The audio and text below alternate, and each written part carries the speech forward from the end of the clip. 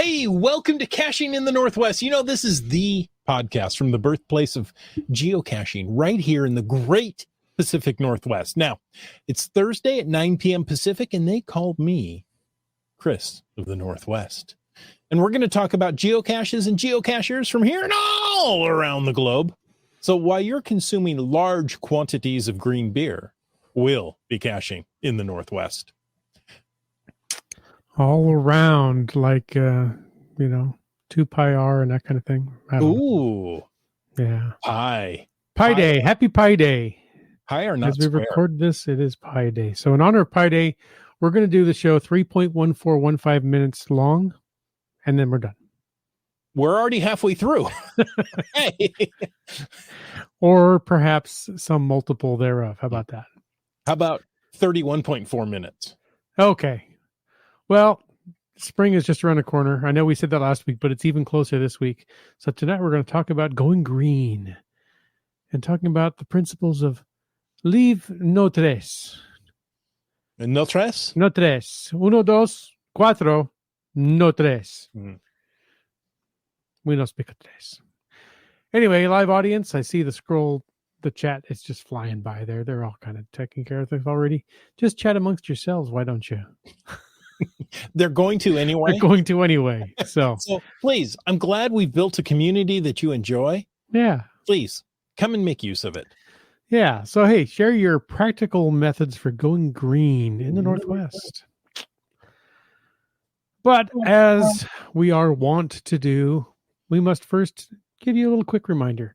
We appreciate the support of our patrons. They help keep this podcast coming, well, this week, last week, and every week for the foreseeable future.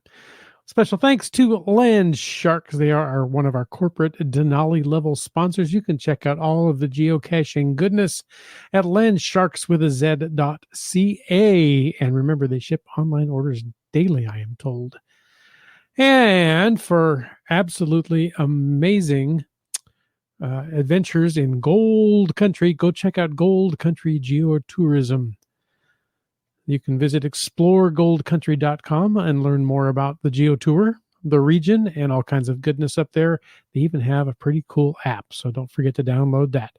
It's exploregoldcountry.com or facebook.com/exploregoldcountry. And if you, dear listener, would like to know more about the show and how to support it, click the Patreon link. It's on the cachingandw.com website, of course.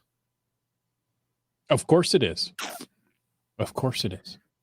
And folks, it's time for the glow. And don't forget that we need your glows. You got to send that. Oh, hey, wait, hold on. Let me turn off Gold Country there for a minute. It just kept flashing at me. It does that. But it's time for the glow. You may ask, what is a glow? Okay, I'll humor you. What is a glow? I thought you were going to tell me a joke. What is a glow? There we go. Look at that. Thank you, folks. A glow is the geocaching log of the week. So whether you read it or whether you wrote it, we want to hear about it because great logs simply make geocaching better. You can send in an email or a recording of your very own voice to feedback@cachingandw.com. You can also use your very own voice and call into 253-693-TFTC and show us how you glow. You could also grab your friend's phone, dial that number, and make them talk to us. Here, talk to these people. It works. What could go wrong with that plan? I don't know. I don't think anything could ever go wrong. I can't imagine. All right. Well, this week's glow is from a cache called Whalers Cove. That's GC5 Mike Delta Beta 2. It's found by the clever cachers, because clever cachers, they find caches. Yes, they do. And it's going to take 3.14 minutes or longer to read this whole glow. It's a long one tonight. So let's see. Maybe we'll tag team it.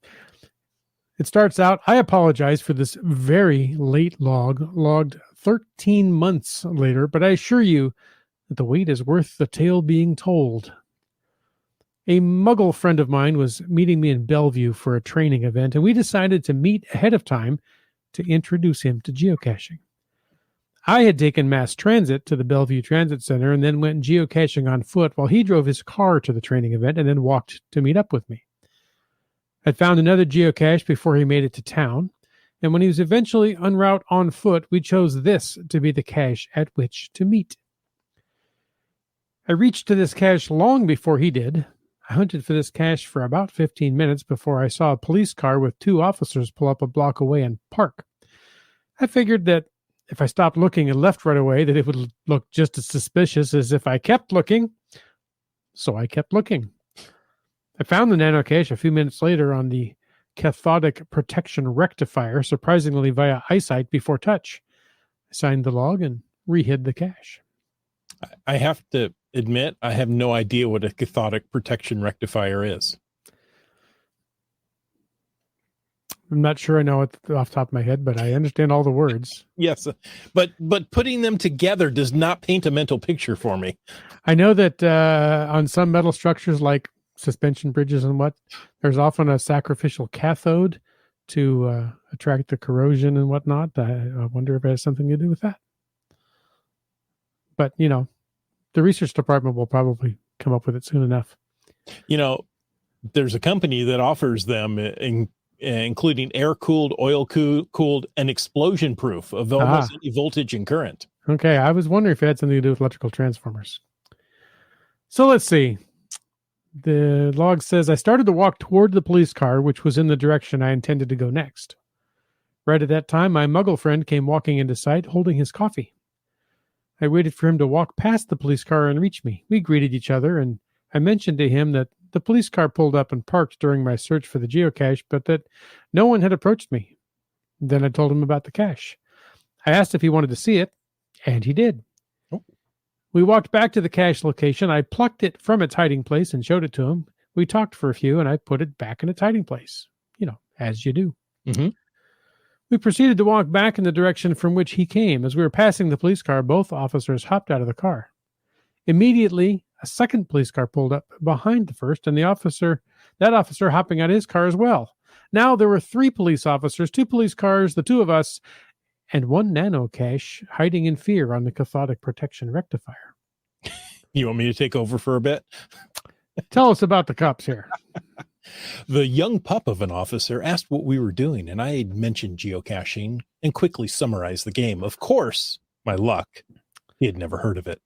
Meanwhile, one of the other officers mumbled that he used to do geocaching, and the other officer mumbled a question asking if geocaching was still a thing. Deterred by responses of the older officers, the younger officer asked if I knew what was going on in Bellevue in the news. Neither of us knew where this was going and said no.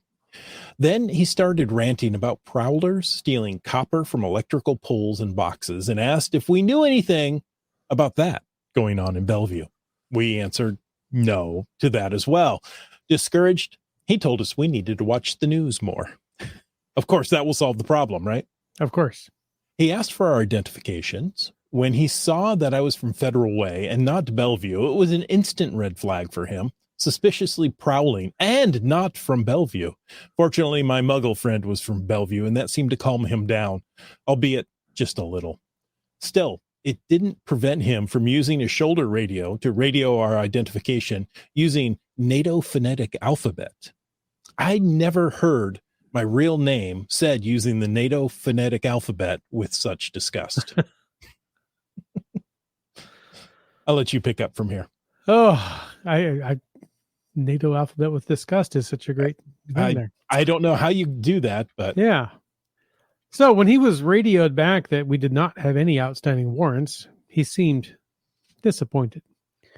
We were let go and told not to steal any copper from Bellevue, and if any turned up missing, that they now knew our identifications.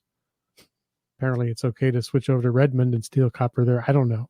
That would be fine. Yeah. Bellevue police wouldn't care. Okay. I'm sure that the 2 of us are now on yet another geocacher list for suspicious prowlers who are not stealing copper. What a way to introduce my muggle friend to geocaching. After we were out of sight of the two police cars, my muggle friend was surprisingly still interested in geocaching, so we cut early into a park where we found a tribute geocache, then gathered info for a multi-cache, and then found a puzzle final before arriving just in time for our training event. My muggle friend has not joined the geocaching community, nor has he geocached with me since, but we still talk about geocaching, and we still recall that shared encounter with the law. I'm grudgingly awarding a favorite point for this memorable story of my first, and so far only, geocaching run-in with the law. I don't know that word. Yeah. At first glance, I thought Hakuna Matata, but that's not even close. No, it's like Makuikaya. Yeah. I don't know what that means either. I don't know. You could probably Google that one as well. I was going to say gas station tuna is quick on the Googles. Very well. Cathodic protection rectifiers, yeah. The external power source used in impressed current cathodic protection systems, the ICCPs, to convert alternating current to direct current. As soon as he mentioned ICCP, that really told me nothing. Yeah, it's in the alphabet, later in the alphabet than CCCP, which, yeah. CRS 98 says, should have shown them the nano. Yeah, well, what if the nano was made of copper? Oh, is there any copper in that nano? Well, I put it back. In case you wanted to know, the name Moku, oh boy, I'm no good at this. Kaua? Haikaua? Literally means district acquainted by war in the Hawaiian language. Acquired by war. Acquired by war, sorry. Yeah. Or whatever I said. I'm sure you can acquaint yourselves with many districts, but it's the acquiring that really is important in a war. Anybody can just acquaint themselves with a district. But to acquire it, well, that requires a whole nother level of commitment. And war. Yeah. And war. There you go. Thank you. Thank you for that. We've already passed our 3.14 minutes by several extra minutes. So we're just going to keep going on and talk about pie and no. Tonight we are talking about Leave No Trace. So I want you to use the hashtag green for tonight's show. And of course, use the hashtag FITAS to bring up anything in the after show. And folks, thank you so much for joining us tonight and for Googling words that, I pasted that in there. I read through it. Yep. It's like, okay, I'll get that later. And I never did. Never went back to do it. So thank you. This is fun. I enjoy things like this. Now, we do have some news from the traveling circus, otherwise known as the Monkeys. And this audio didn't come to me in the most pristine form. Okay. So bear with us as we play it. But I think you'll enjoy it nonetheless. So it's not of the best quality. Just put your best listening ears on, and I think you'll get the point. Let me know if I need to turn it up or down a bit. Of course, to the live audience, if you're listening afterwards, you get what you get. Sorry. Yeah, you can yell at the podcast player all you want, but we won't hear you. And please do. I encourage that. Here we go. Hey guys, it is the Land Monkey. I am riding a bus with a whole bunch of geocaching friends. We thought it would be a perfect time to send a quick little update from some surprise guests. So hold on to your hats. Hi Jim, Chris. This is Tease Toy and Henny Penny from Seattle, and we're here with Land Monkey on an incredible trip here in South America and Antarctica. As far as the highlights, I'd say one of my highlights was a kayak trip that we took in Antarctica near Spurt Island. It was so cool. We're going through these massive canyons, rock canyons, with icebergs floating all around. We went in this one canyon, and the iceberg broke loose and blocked our exit. So we had to go another way, and these icebergs were moving around. We ended up having to go through a narrow canyon about 20 feet wide and a 3-foot swell that took us back to the opening that we needed to get. So we got to surf like penguins through the canyon. And then I guess my next favorite was yesterday when we were in Aguazu Falls Park. Yeah, and they gave us a couple options as far as what boat to take. Either take the wet boat or the dry boat. And naturally, we took the wet boat, and they weren't kidding. They took that boat and they drove it virtually under the falls. We were all completely drenched head to toes. It felt so good considering it was at about 95 degrees down here. So far, so good. Looking forward to the rest of our trip. Talk to you soon. Ta-ta. Nice. I hope you all heard that well enough. The audio was going in and out. I corrected it as best as I could.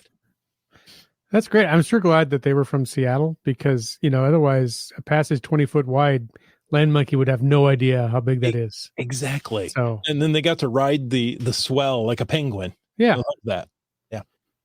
And have you been to Niagara Falls, Wits End? I never have, no. Okay. So you didn't ride Maid of the Mist. That's what I was thinking of. Right. They don't quite take it under the falls, but you get quite damp. Yeah, sometimes Sue says, did they get video? Without video, it didn't happen. That's right. It's just a story on bad audio. Yeah. Who knows? If I know a Land Monkey, there's probably video. Yeah, that's true. And I think the poor audio quality adds to the adventure, like Indiana Jones style. Yeah. CRS98 wants to know when the monkey is expected to return. As far as we know, he ain't never coming back. He's just going to geocache around the globe for the rest of eternity. Yeah. How many Arctic expeditions didn't make it back? So I don't know. We don't know if the Land Monkey is coming back. Yeah. But we figure he will eventually. I don't know if that was just curiosity or if he just can't stand to listen to just the two of us. But either way, he'll be back soon. But yeah, it's fun. Good to know that they're still out there kicking and having a good time. We wish them some and travels. Meeting people from Seattle all over the world. How about that? So Tease Toy and Henny Penny and Land Sharks, Land Monkey. I don't know who else is on the trip, but a splendid time is guaranteed for all, as they say.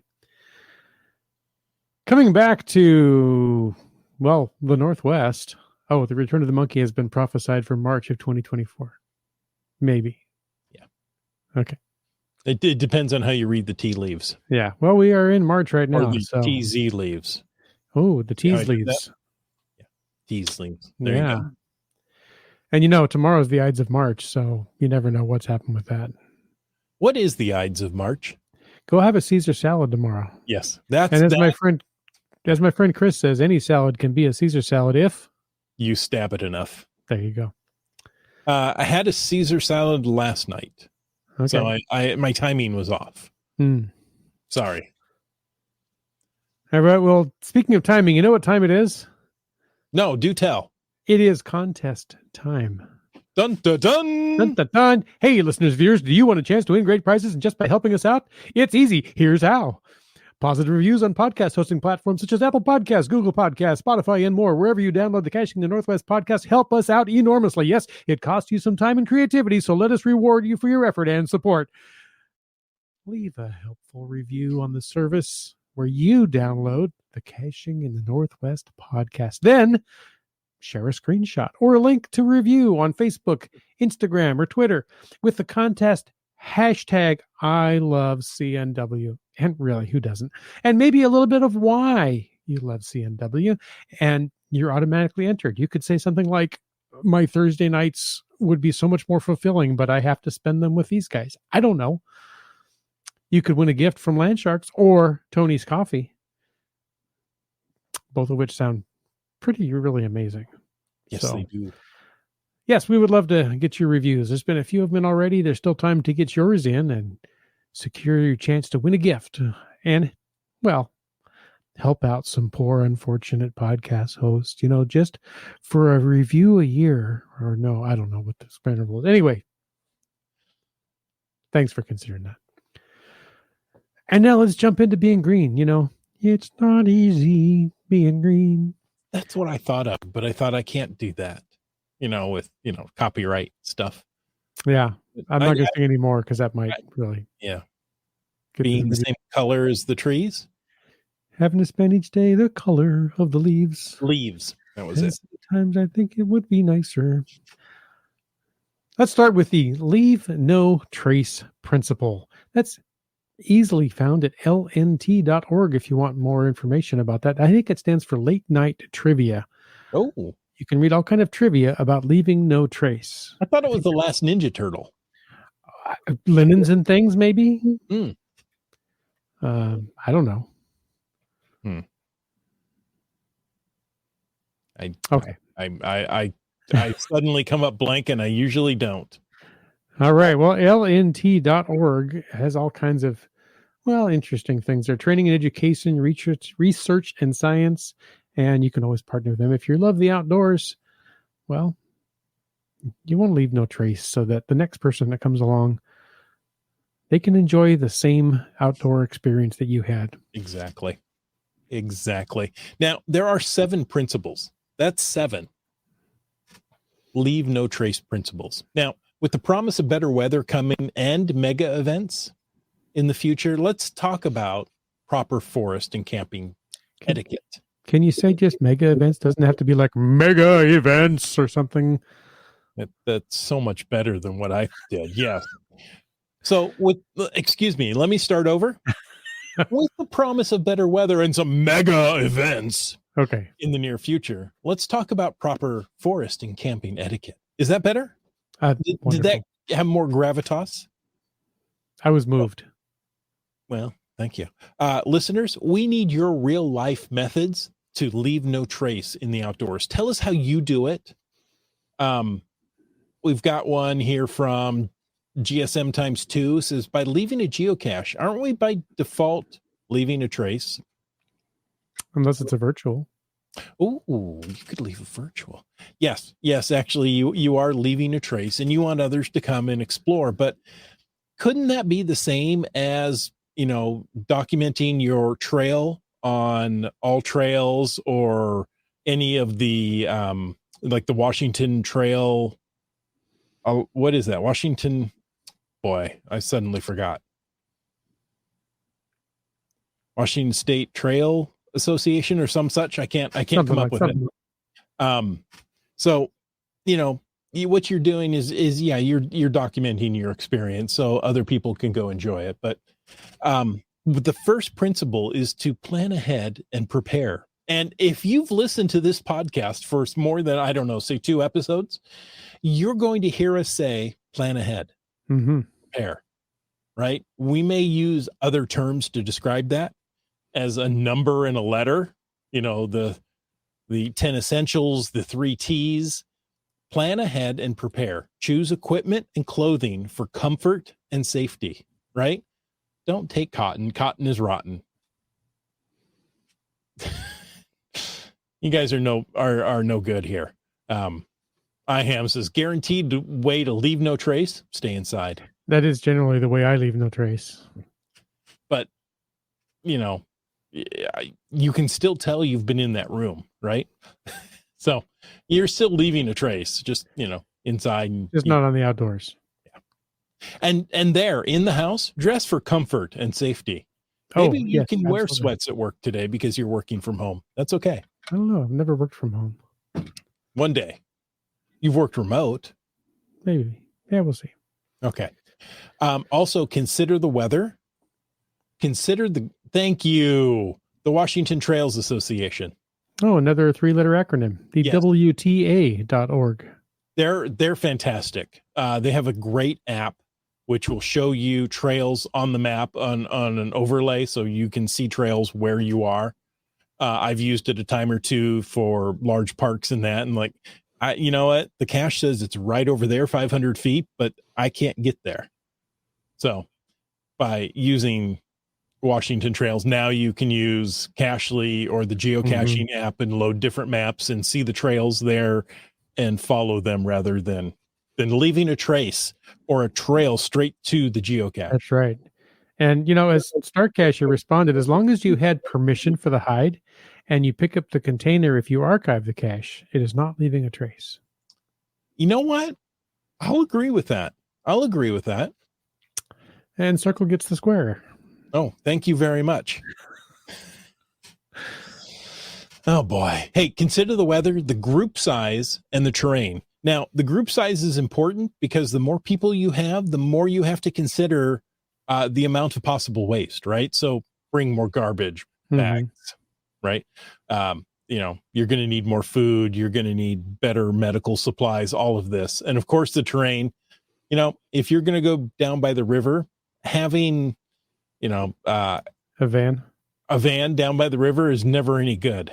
Okay. Why did you do that to me? Having mountain hiking gear isn't necessarily advantageous down at the river. You're going to need a bigger boat. Well, yeah. Okay. Why don't you take the next one? Travel and camp on durable surfaces.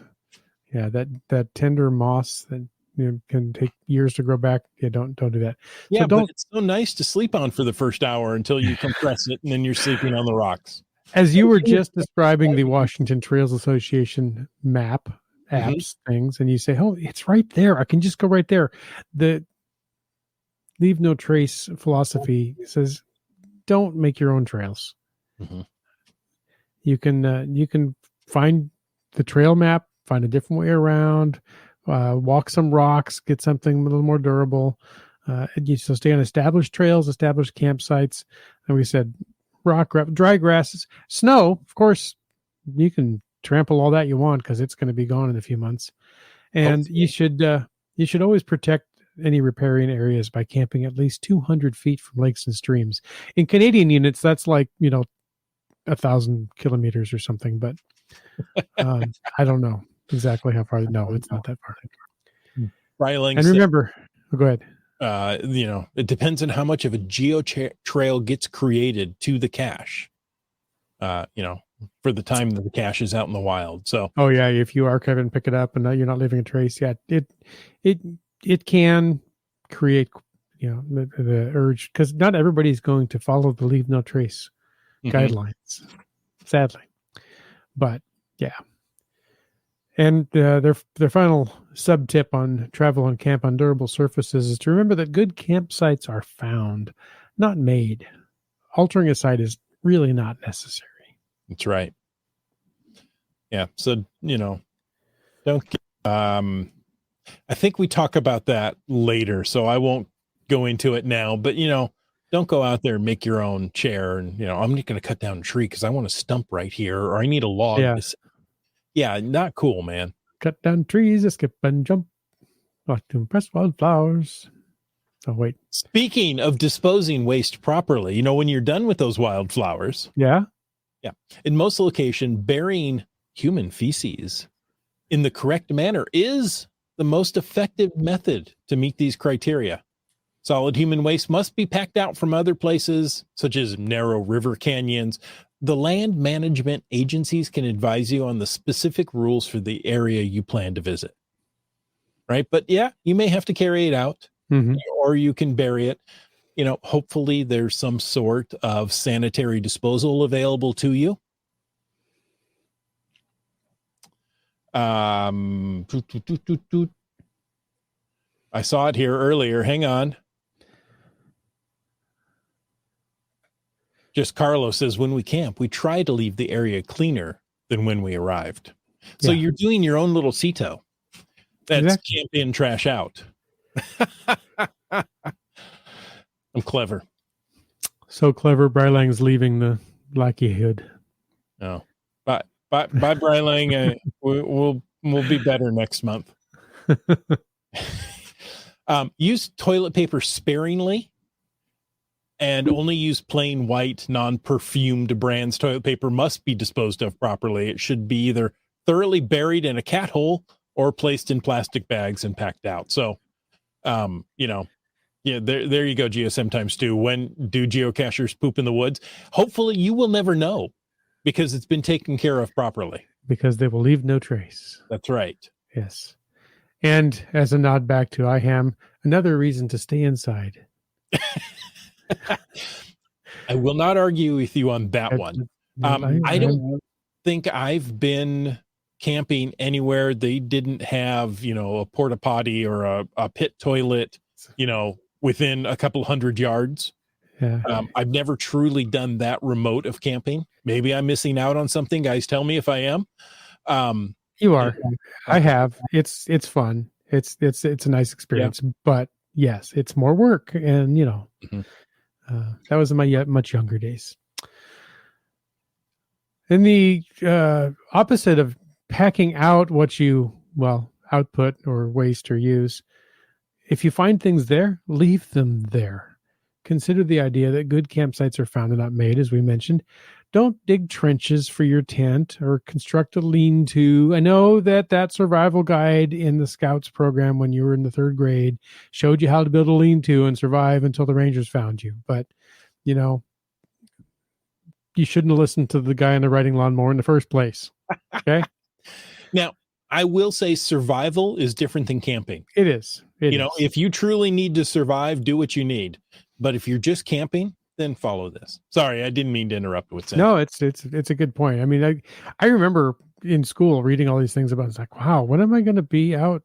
Going to need to survive like this. But anyway, you should avoid hammering nails into trees to hang things up, or hacking at those trees with hatchet saws, or tying tent guy lines to the trunks. If you girdle the tree, it's going to just strangle it and kill it. And, it's cool in the movies and the cartoons, but carving your initials into a tree, that's just big no. Don't do that. And, there's lots of pretty rocks out there. Yes, there are. I'd like to take some home. Yeah, leave them so somebody else can appreciate them too. Okay. Can I just leave a note? Hey, this is at my house. Come see it. You could. Yeah, as long as you leave like bus fare and your address and maybe some money to pay the bus fare. No, anyway. Or you could take a picture of the pretty rock, print it out, leave the color print laying there where the rock. What? No, don't do that. That's worse than taking the rock. Yeah. Sorry, guys. We're kind of ornery tonight. Just Carlos says, recently I learned to walk through a puddle rather than around it, so not to step on foliage at the edge of the trail. I did that when I was like 3 years old. Well, I would jump in the puddle. I mean, I aimed for the sucker. But Bryling says it also works better with a proper pair of waterproof boots. Yes. Yeah. So, there's a point there, right? We live in the Pacific Northwest. You guys may live somewhere else, but it's going to rain on those trails eventually, and there'll be puddles. And the idea is, we'll walk on the edge, go just outside the trail because, the puddle is in the trail where everybody's walked. They've worn a low spot there. So if we walk around it, well, then you end up making the trail wider. Yeah. And as Bryling said, proper footwear makes all the difference there. Because if you went up there in your little, low cut sneakers, you're not going to want to step in that puddle. Mm-hmm. Oh, Seabeck Tribe. I appreciate her. She says, I always told my scouts to take pictures and leave the beauty for others to enjoy. That's right. We'll move on to the next topic. Fire! And I wanted to say, back to this one, there was a thought I had and I lost it. It came back to me quickly. See, I'm not that old yet. Okay.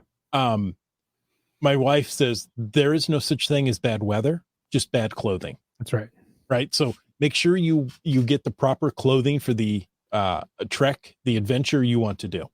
Okay. Enough of that. Let's go back on to fire. Fires versus stoves. The use of campfires, once a necessity for cooking and warmth, is steeped in history and tradition. Isn't it, though?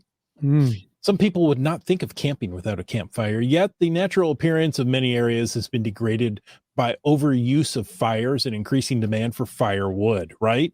So don't go out and hack down a tree just so you can get that campfire stuff, right? The campfire stuff, kindling. That stuff you put in the campfire. Yeah. Kindling. Thank you. The development of lightweight, efficient camp stoves has encouraged a shift away from traditional fire for cooking. Stoves have become essential equipment for minimum impact camping. They are fast, flexible, and eliminate firewood availability as a concern in campsite selection. Stoves operate in almost any weather condition, and they leave no trace. Leave no trace. And I have to say, if you're thinking, well, if firewood is hard to come up there, I'll just bring a bunch of wood from here into there. that's generally frowned upon because of all kinds of woodborne insects and other things. You'll see a lot of campgrounds will not allow you to bring in firewood from outside somewhere else. Mm-hmm. So many campgrounds, once you get into August, September, will tell you open campfires are not allowed. You have to cook on a stove, right? Yeah. So you know what? If you're going to go out, just prepare to have a stove. Yep. You're going to find it's a lot easier to control the heat and to cook a quality meal on a stove over a campfire. Yeah, it's not as much fun to make your s'mores. I'll agree with you on that. But you know what? I think overall it's neater, cleaner, and you can put it at a convenient height that you're not bending over and getting smoke in your eyes to flip the eggs. Yeah. The best place to build a fire is within an existing fire ring in a well-placed campsite. Put out fires with water, not dirt, and never leave a fire unattended. That goes back to the found not made principle. Exactly. See, the chat's busy. Star Cacher says many parks have rules that a cache must be within a certain number of feet from a trail. However, that actually causes geotrails. If they allowed them to be farther away, geocaches would get to ground zero by different paths. Maybe. It's a possibility, yeah. Mm-hmm. And Geo sometimes too, always quick with the comment response. He says, if I put a cache off the trail, I will use a pre-existing game trail to set the cache. Because then that trampled foliage, it's the fault of the wildlife. That's exactly right. Well, and then I wonder, if humans go there and leave their scent, do the animals still use that path? I'm sure they do. I guess no. I don't know. It's just a question I had that popped into the top of my head. So, you know what? From now on, I'll be quiet and not bring up these controversial questions. Next little woodland creature I run across, I'll interview and ask them and let you know if I get him back. Go ask the squirrel.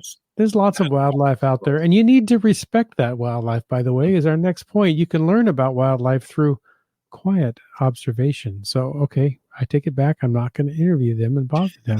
I'm going to observe them quietly because it says so right here in the Leave No Trace Guide. Don't disturb wildlife or plants just for a better look or for an interview to satisfy a podcast. You can observe them from a distance so they're not scared or forced to flee. Large groups of hikers, campers, geocachers, they often cause more damage to the environment and can disturb wildlife, so keep the group small. If you have a larger group, break it up into smaller groups. That way you minimize the impact. And remember, you might see an animal out there that's sick or wounded and think, oh, I'm just going to go pick it up and take care of it and nurse it back to health. And then it will bond for life. And it will be my squishy. That's and then right. We'll call it squishy. Sick and wounded animals often are going to lash out in anger at you. They don't trust you, and well, that's probably good. They could peck, they could scratch you, they could send you to the hospital. So just best to know. If you really feel that they need attention, notify a park ranger or some official to take care of that. Human food also can be bad for animals, so store food securely and keep all your garbage and food scraps away from the animals. And hey, it says here, bears do not like selfies. I'm going to extend that. I don't believe that's true. Yeah, I'm going to extend that out to like bison and Yellowstone also don't like selfies. Moose? And moose definitely out. Yeah. Too many stories on the Darwin Awards YouTubes that people are, oh, I'll just go I'm going to put my toddler on top of this wild creature and take a picture. Isn't that going to be cute? So cute. Yeah, no. Okay. Skookum bears. Yeah. Yes. Some bears don't mind selfies. Okay. There are exceptions. So if the bear is very skookum. It has to be very skookum. Yeah. Yeah. Wet Coaster says, don't pet the fuzzy cows. No, don't do that. Speaking of, being quiet and not disturbing the animals, when we were camping, when my son was younger, we had oatmeal for breakfast. And he was being very quiet as not to disturb anyone. So quiet that the squirrel did not mind coming right up to his bowl Yeah, they get very bold Yes. learning about human food there. Yeah. So, when we saw that, we're like, no, you need to make some noise there. Yeah. Okay. It's okay in this case to scare the animal a little bit. Human food's not good for it. Yeah. And it needs to be shooed away. Human food's not good for humans. Let's face it, most of the human food in foods the that store you eat now are really not good for humans. No. So even though I told him to shoo the squirrel away, let's be considerate of others. And I think we're talking about other humans, and I'm trying to make a segue into the next point. One of the most important components of outdoor ethics is to maintain courtesy towards other visitors. It helps everyone enjoy their outdoor experience. Many people come to the outdoors to listen to nature. Excessive noise, uncontrolled pets, and damaged surroundings take away from the natural appeal of outdoors. So I know we have all, gone geocaching, start hiking the trail, only to have somebody come up with a Bluetooth speaker on their backpack, blaring at full volume because they want to hear their own music. Thank you, Brylang. Do not listen to music on a speaker while hiking. Yeah, wait till you're in camp at midnight. Yeah, exactly. Then blare it over. No. Yeah, so then we can find you and, be considerate to you. Yeah. I will sick my fuzzy cow on you. So, loud music. You know what? Wear headphones if that's what you want to do. I want to go out and hear nature. I mean, just to be out walking a trail brings me peace and calm, and I enjoy that. And that's nice to go out and get a little. There's a Japanese term that I can't remember, a forest walk kind of thing. Forest bathing. That's it. But it's also safety in numbers, and companionship is fun. So I also don't play music because I want to talk to my companions and get to that way. So that's good.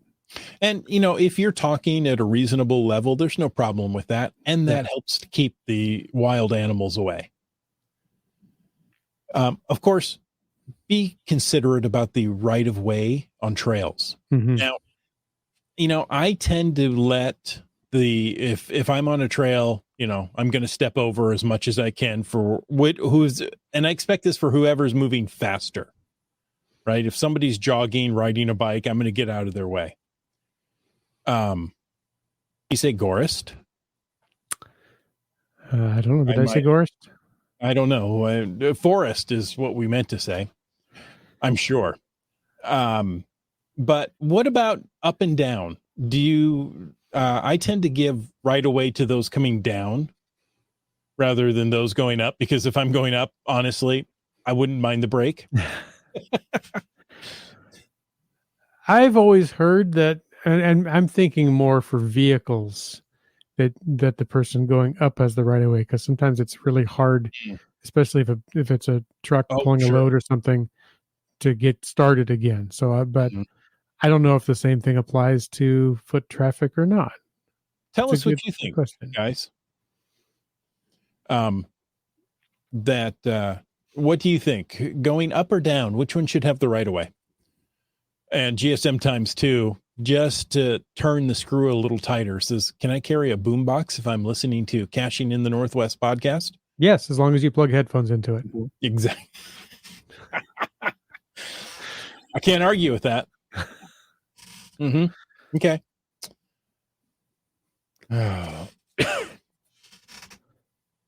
Okay.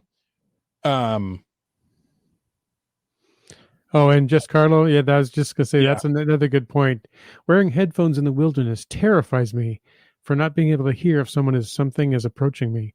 And I was the same way. It doesn't apply to the forest. It doesn't. I wasn't in the forest, but it was the same way commuting to Seattle downtown on the bus and train and stuff. I wanted to know when some crazy person was running down the sidewalk about to jump on my back. So I don't mind, having music or podcasts on at low volume, but I'm not going to have noise cancellation turned on. I want ambient sound around me. Same if you're riding a bike, don't put noise canceling headphones on when you can't hear cars. And don't do that when you're driving as well. There you go. By the way, I've Wet said- Coaster says I'm Canadian, so the other person always has the right of way. What happens when two Canadians meet on a trail? It's a standoff. For hours, they'll talk about who has the right of way. Yeah, the Zax bypass is built in the Dr. Seuss book for that. And GSM times 2 confirms that the rule is to give way to the uphill traffic, but I like Chris's logic. I'll take the break.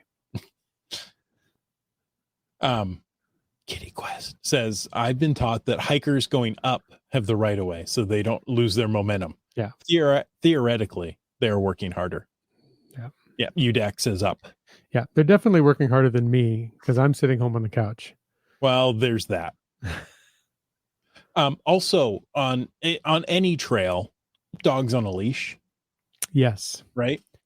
I will say, even just walking here in town, I walk my dog on a leash because my dog doesn't get along well with other dogs, Mm-hmm. right? If your dog isn't on a leash and comes up to my dog, well, guess what? You've just got into the attack zone. Yeah.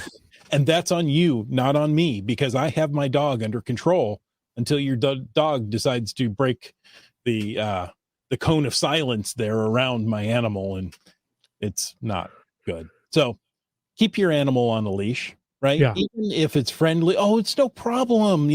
They obey. You know what? It may not be your dog's problem. Yeah. Maybe somebody else's dog's problems. So.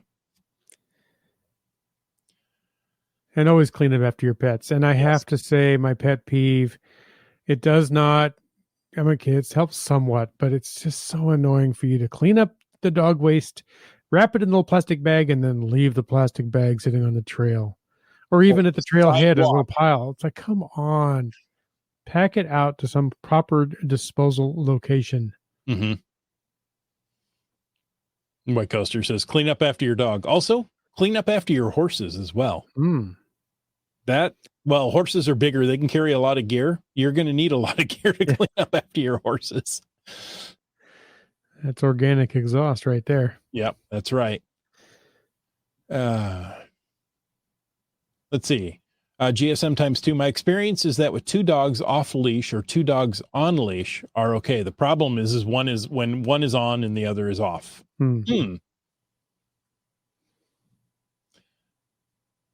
Research here. Here are some main points of hiking etiquette. Hikers coming uphill have the right of way. If you're descending the trail, step aside and give space to the people climbing up. Okay. There you have it. Now you know. Yeah, Seabeck Tribe says, I do get Chris's thoughts for the break also.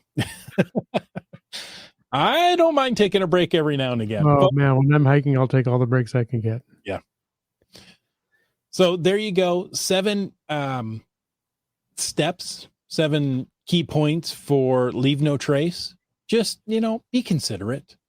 And also at the geocache site, be considerate, right? Don't, throw down trash. Make sure that if anything fell out of the container, it goes back in, right? And hide it as well as you found it. Don't hide it significantly better than you found it or in a different spot than you found it. Okay. I did maintenance a couple of weeks ago. I had to find my own caches because they were not where I hid them. And both times they were just out in the open. I'm like, why? That's not where you got it from. So I have a magnetic cache that is underneath something. It was on the other side at eye level. Oh, no, that's not where it belongs. Well, it's easier to find there. It is. It is definitely easier to find. It took me a little bit though, because I didn't look up there. Yeah. Because it's not supposed to be there. I looked to where it was supposed to be. So, folks, thank you so much. And I want to take a moment to thank Landsharks and Gold Country Geotourism, our corporate Denali level sponsors. Landsharks.ca is the outdoor adventure and geocaching store. Check them out online because they ship orders online daily. No, ship online orders daily. That's the order of the words that make the most sense and give you the most value. And for absolutely amazing geocaching adventures, check out exploregoldcountry.com. And folks, I also want to thank our faithful Denali level supporters. That's Land Sharks, Gold Country Geotourism, Groovy Owl, Cool Cow Cachers, and Cashly, the geocaching app. If you want to know more about supporting the show, click that Patreon link somewhere on the cachingandw.com website. Yeah, and we're giving people bonus content because this has been a lot longer than 10 pie. Ooh, man, I could not do 10 pie. Well, maybe if they're little pies. Yeah. So we want to thank people like Wet Coaster And M-Nerve, Flagman, Gas Station Tuna, Team Noltex, Just Carlo, Wino Seattle, Just Finding Our Way, BC Rockcrawler, Seebeck Tribe, Trexer, GSM times 2, Kid Vegas 19, Alaro Brick, Ari 5 4 3 2 1, Mountain Bike, Geocaches, Antaeus, LG 9000, Whidbey Island Gal, Ackerdock, Skyhawker, Railroad, B Pendragon, GeoBirder, Peach of Washington, Kitty Quest, Green Words, JCar, Nervous Energies, Kev MacD, GeoNav Pro, Segehove, Korsgat, Limax, Camp Clan, You Talks to Rocks, Boomer 365, MC3 Cats, UDAC, Genies, Logwork, Subway Mark, Doramore, Butterfly Girl, and CRS 98. So many of those people I saw in the chat tonight. That's great. Yeah. I've seen a lot of those people lately. Oh, Folks, thanks for taking the time to listen to this episode of Caching in the Northwest. Your support helps keep the quality shows coming. So if you like the show, please click the Patreon link on the cachingandw.com website. Now, if you didn't like the show, let us know what you didn't like and what you want us to talk about.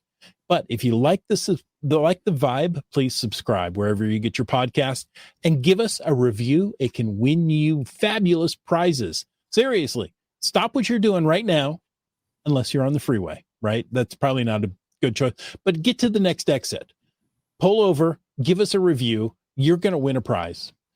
Now, if you were in a restaurant, you would tip. If you were in a live audience, you would clap. But since you're on a podcast, leave us a free, fast, fabulous, fantastic 5-star review. And of course, you can call 253-693-TFTC and leave us a comment, ask us a question, or help us clean up a trail any time of the day or night.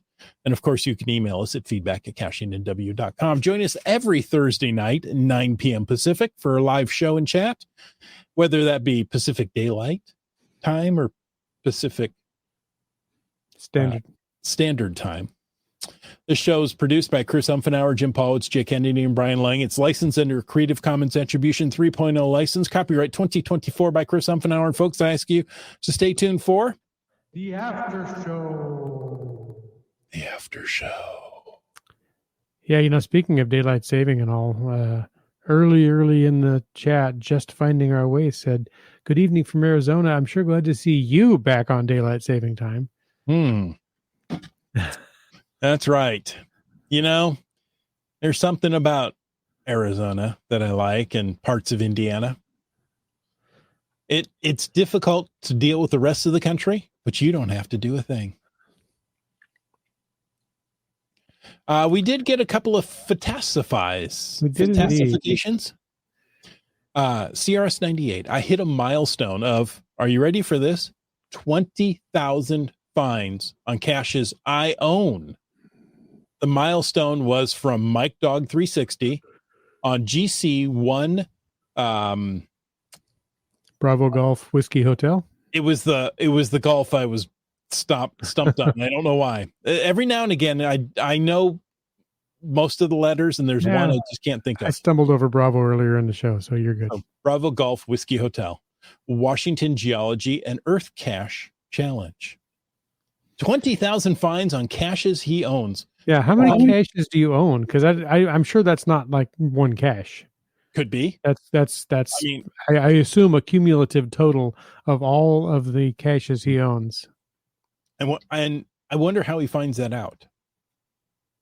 It's probably a GSAC macro for that. I bet there is, because why wouldn't there be? That's right. Keats also says, going public on Saturday, a new episode on the YouTube channel. Part 1 of my adventures to Calgary, Alberta. Wow.